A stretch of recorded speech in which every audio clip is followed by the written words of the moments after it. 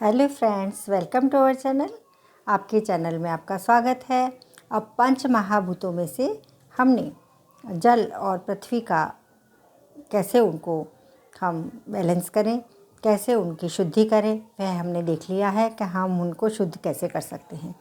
अब है वायु तत्व, क्योंकि हमने सभी में मिलावट कर दी है। अभी वायु में भी हमने मिलावट कर दी है, वह भी दूषित हो गई है।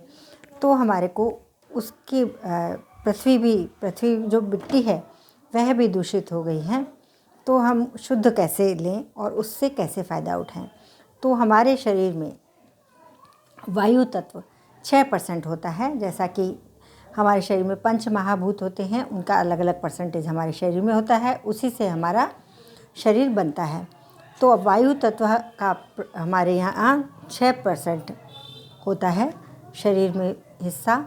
तो वह 6% हम किस प्रकार लेते हैं यह तो आपको मालूम है। वायु हमारे को थोड़ी देर भी नहीं मिलेगा तो हम नहीं जी सकते, क्योंकि आप देख सकते हैं वह हमें थोड़ी देर भी नहीं मिलेगा तो हमारी सांसें रुक जाएंगी और हम नहीं रहेंगे। लेकिन फिर भी उसका हिस्सा हमारे को 6% कहा गया है। तो वायु की महत्व तो हमें मालूम ही है। अब वायु क्या कार्य करता है, वायु हमारे शरीर में क्या क्या कार्य करता है, वह कैसे होता है। तो पहला तो सांस हम लेते हैं, उसी से हमारे को ऑक्सीजन मिलता है, और वही ऑक्सीजन हमारे शरीर को प्राण जो हमारे शरीर के उसी के ऊपर टिके होते हैं। तो वायु हमारे शरीर में प्राण और उपप्राण वायु तत्व ही हैं। जो वात, आयुर्वेद में जिसको वात कहा गया है, वह वात कफ पित्त, तो वात हमारा वायु से ही हुआ है। तो वह वायु से हुआ है। तो यह हमारे शरीर में वायु क्या क्या कार्य करता है और कैसे करता है। तो यह हमारे शरीर में कोई भी मूवमेंट का कार्य होता है, वह वायु करता है। जैसे कि ब्लड को इधर उधर ले जाना, ब्लड प्यूरिफाई करना, वह भी वायु का कार्य होता है। लंग्स का कार्य भी वायु से ही होता है। तो लंग को सिकुड़ना, और हमारे पलकें झपकना ऊपर नीचे होती हैं, वह भी वायु से ही कही गई है। हमारा नर्वस सिस्टम जो भी वायु से कहा गया है कि वह वायु से कार्य करता है। हमारी नस नाड़ियाँ जो चलती हैं वह भी वायु से ही चलती हैं। तो इस प्रकार हमारी नस नाड़ियों की शुद्धि योगिक अभ्यास से होती है। तो हमारे इस प्रकार से हम उसको देख सकते हैं। अब सांस सक्रिय रूप से हमारी हमेशा चलती रहती है। जिस दिन सांस नहीं होती उस दिन हम नहीं होते। तो वायु यदि हम जो हम लेते हैं, सांसों का आदान प्रदान होता है, यह सिर्फ हमारा 2% ही होता है। बाकी वायु की शुद्धि हमारे को वायु करनी पड़ती है। जैसे कि तभी हम बीमार से मुक्त होते हैं। सामान्य से हमें गहरी सांसें लेनी होती हैं। गहरी सांसें लें और शुद्ध वायु में लें। शुद्ध वायु यदि नहीं मिलती है तो आप थोड़े दिन तक बाहर जाएं। तो वायु का शुद्धिकरण आपको मालूम ही पड़ जाएगा कि वायु शुद्ध कब है और कैसे है, क्योंकि पहले ही आपका नोज़ आपको बता देगा कि यह वायु शुद्ध नहीं है और आपका दम घुटने लगेगा।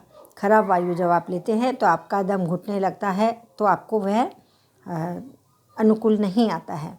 तो आप खराब वायु, जैसे गंदी बदबू की सांस होती है, आप नहीं ले पाते हैं। तो इस प्रकार से आपको वायु का तो मालूम पड़ ही जाता है। तो आप थोड़े दिन, जैसे कि कुछ खुली जगह में जाइए, खेत खलिहान, फार्म हाउस या खुली जगह पे जाइए जहाँ पे आपको शुद्ध वायु मिल सके। शुद्ध वायु का हमारे शरीर में बहुत ही महत्व है, क्योंकि हमारा पूरा रेस्पिरेटरी सिस्टम, ब्लड प्यूरिफाइंग सारा उसी से होता है। ब्लड, नस नाड़ियों की शुद्धि सिर्फ वायु से ही होती है। वह हम कैसे कर सकते हैं, तो वह हम एक तो सांसों के द्वारा कर सकते हैं। सांसें हम लंबी लंबी लें और लंबी लंबी छोड़ें, तो उससे हमारे को वायु तत्व की शुद्धि हो जाती है। तो लंबी लंबी सांसें हमारे को लेनी चाहिए, तो वायु तत्व की हमारे को उससे शुद्धि होती है। अब वायु तत्व कौन सी चक्र में होता है, वह अनाहत चक्र में होता है, मतलब हृदय चक्र में। तो हृदय चक्र में हमारे को वायु होती है, जो हमारी हार्ट की संबंधी सभी बीमारियां हमारी ठीक रखती है। तो यह हृदय चक्र हुआ। तो अनाहत चक्र, उसका मंत्र है यम। तो हृदय चक्र का मंत्र है यम। तो वह जो आप अनाहत चक्र का जो देखेंगे, अनाहत चक्र कैसे एनर्जाइज करना, जो मैंने पहले दिया हुआ है उसका मंत्र भी है, तो आप उसको हृदय में देखें, उधर ध्यान लगाएं और उसको एनर्जाइज करें। तो उससे हमारी हार्ट की बीमारियां नहीं होती हैं, लंग्स की बीमारियां नहीं होती हैं, हमारी ब्लड से संबंधित कोई भी बीमारी, ब्लड प्यूरिफाई होगा तो पूरी हमारा सिस्टम प्यूरिफाई होगा, तो वह हमारा नहीं होगा। तो इस प्रकार इसको संबंधित कर सकते हैं। अब वायु हमारे को, ऑक्सीजन हमारे को नेचर से ही लेना है, क्योंकि नेचर की जो चीज़ें हैं वही हमारे को फ़ायदा पहुंचाती हैं। जो दूसरी जो हम लेंगे वह हमारे को फ़ायदा नहीं पहुंचाएगी, क्योंकि जैसा ब्रह्मांड है वैसा ही हमारा शरीर है। ब्रह्मांड जिससे बना है उसी से हमारा शरीर बना है, तो आप उसका ध्यान रखें। तो शुद्धि के लिए अब इसके अलावा हम प्राणायाम भी कर सकते हैं। तो प्राणायाम में हम नाड़ी शुद्धि प्राणायाम कर सकते हैं। नाड़ी शुद्धि प्राणायाम के लिए हमारे को जैसे कि राइट नॉस्ट्रिल से सांस लें, फिर उसको रुका दें और फिर थोड़ी देर उसको रुका के रखें, फिर उसको लेफ़्ट नॉस्ट्रिल से एक्सेल कर दें, फिर लेफ़्ट नॉस्ट्रिल से ले, फिर रुकाए उतनी देर, फिर राइट नॉस्ट्रिल से छोड़ दें। तो इस प्रकार आप फिर से राइट नॉस्ट्रिल से लें,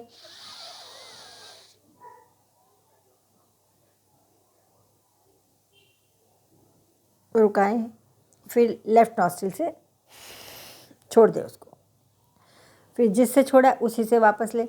ऐसे करके आपको जो नाड़ी शुद्धि हो जाती है, मतलब तीनों ईड़ा पिंगला सुषुम्ना तीनों नाड़ियाँ उससे शुद्ध हो जाती हैं, क्योंकि तीनों को हम एक्टिवेट करते हैं और तीनों से हम सांसों का कार्य कर रहे हैं। तो उससे नाड़ी शोधन प्राणायाम हो जाता है और यह एक योगिक अभ्यास है, जो योगी लोग ही इसको करते हैं और यह बहुत फ़ायदा पहुंचाता है।